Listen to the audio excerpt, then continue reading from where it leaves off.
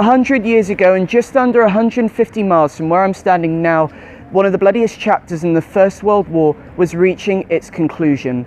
The Battle of Passchendaele has become synonymous with death and destruction, and with Armistice Day soon upon us, I've come to Tunbridge to see what impact that war had on the people and the location as a whole. And I'll be starting my journey right here at the Corn Exchange, where right behind was the drill hall, where thousands of men enlisted to fight, and for many of them who wouldn't come back. Of the town's 15,000 population in 1914, 3,000 men went off to fight. The town itself was a bustling hub, with the local train station being one of only 200 in the whole country to take in ambulance trains carrying the wounded from the front line.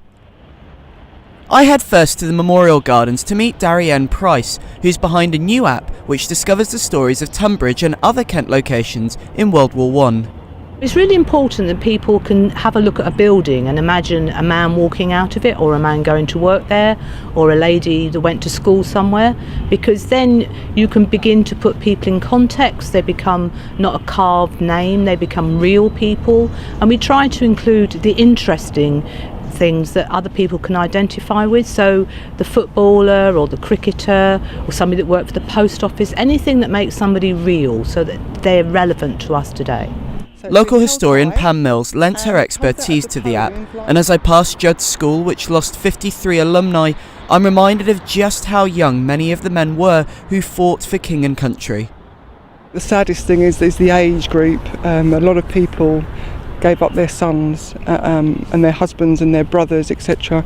In fact, we lost 1 in 8, which is higher than the national average, but the age springs to mind because there was a lot of 18-year-olds that died. You have to think about people that are losing children, if you like, children. That's the biggest travesty, I think.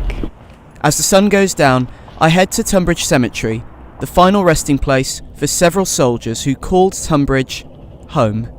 It's important that we realise they were the same as we are today, that they had the same hopes and dreams and aspirations.